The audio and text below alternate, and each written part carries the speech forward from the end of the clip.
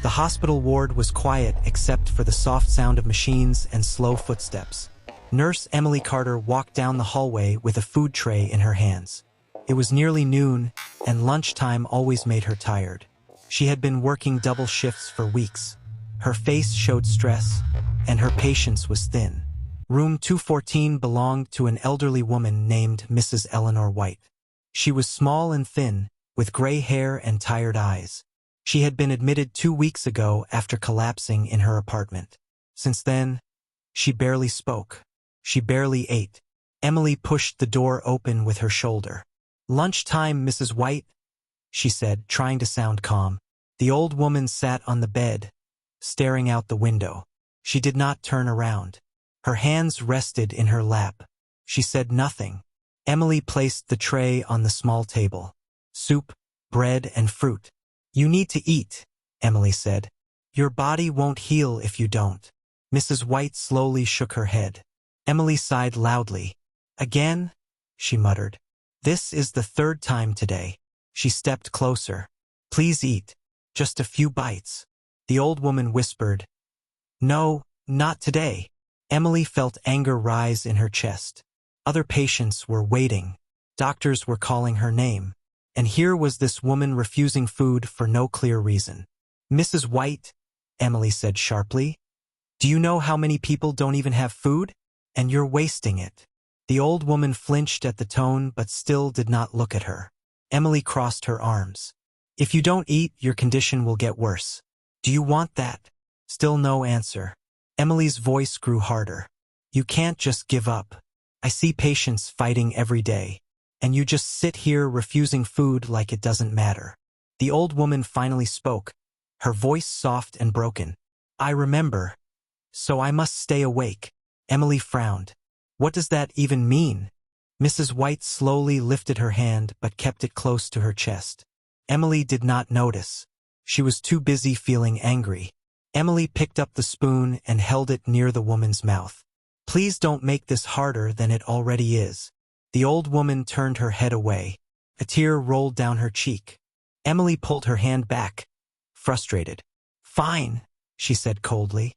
"But don't blame anyone when things get worse." She turned toward the door. As she did, she glanced back one last time. Mrs. White was staring at her own hand, whispering something again and again. Emily shook her head and walked out, not knowing that this moment would soon change her life forever. That evening, Emily sat at the nurse's station filling out reports. Her mind kept going back to room 214. She did not know why. Maybe it was the way the old woman whispered. Maybe it was the sadness in her eyes. "Mrs. White still hasn't eaten," another nurse said quietly. Emily sighed. "I'll go again." She stood up and walked back to the room. The hallway lights were dim now. Night shift was beginning. She opened the door slowly. Mrs. White was still awake, sitting in the same position. The food tray was untouched.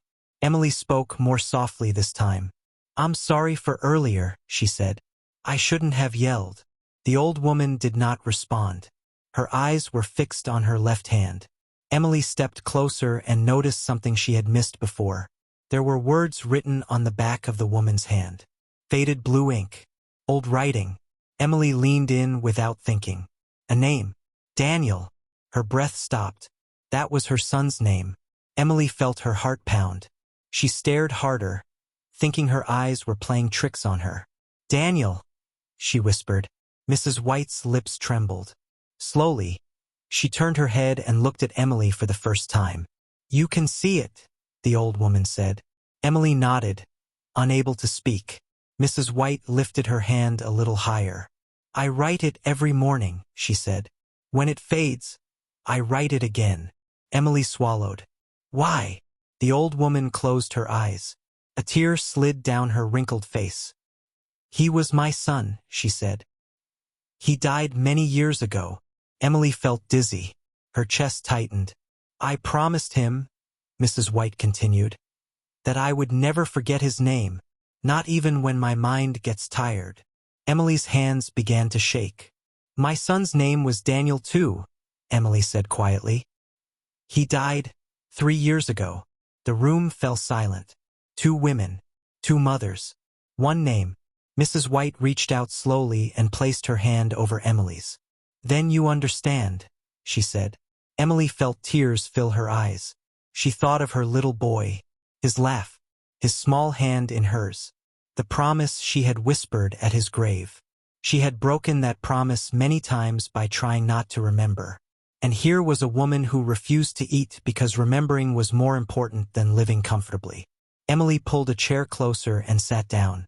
I'm listening, she said softly. Tell me about Daniel. Mrs. White smiled for the first time.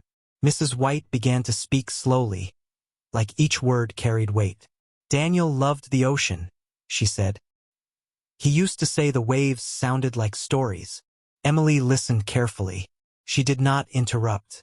When he got sick, Mrs. White continued. He was only 8. Every day he became smaller, but his smile stayed big. Emily's tears fell silently. One night, the old woman said, he held my hand and said, Mama, if I forget my name, will you remember it for me? Mrs. White paused, her voice shaking. I promised him I would. Always. Emily felt the pain like a knife. She remembered her own promise, how she had tried to bury it under work and exhaustion. That's why you don't eat? Emily asked gently. Mrs. White nodded. When I eat, I sleep. When I sleep, my mind fades. I'm scared I'll wake up and forget. Emily reached for the spoon and held it differently this time. You don't have to punish yourself to remember, she said.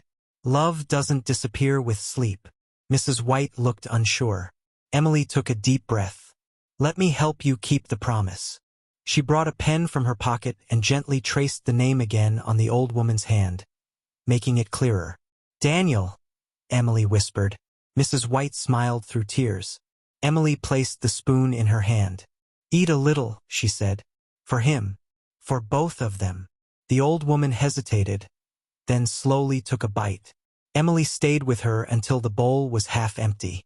That night, Emily went home and opened a drawer she had kept closed for years. Inside was her son's photo. She whispered his name out loud. For the first time, it didn't break her. Days passed. Mrs. White began eating small meals. Emily visited her every shift. Sometimes they talked. Sometimes they just sat in silence. Emily started bringing a pen every day. One morning, she noticed Mrs. White sleeping peacefully. The name was still there, faded but visible. Emily smiled. She wrote the name again carefully. Before Mrs. White was discharged, Emily did something special. She gave her a small bracelet with one word engraved. Daniel. So you don't need the pen every day, Emily said. Mrs. White held it like treasure. And you? She asked. Emily touched her own wrist. She wore the same bracelet. I remember now, Emily said. I don't run from it anymore. Mrs. White squeezed her hand. When the old woman left the hospital, Emily stood by the window and watched her go. Emily was no longer angry at patients who refused food. She had learned that sometimes hunger is not about the body. Sometimes it is about a promise written on the heart. And some names are never meant to fade.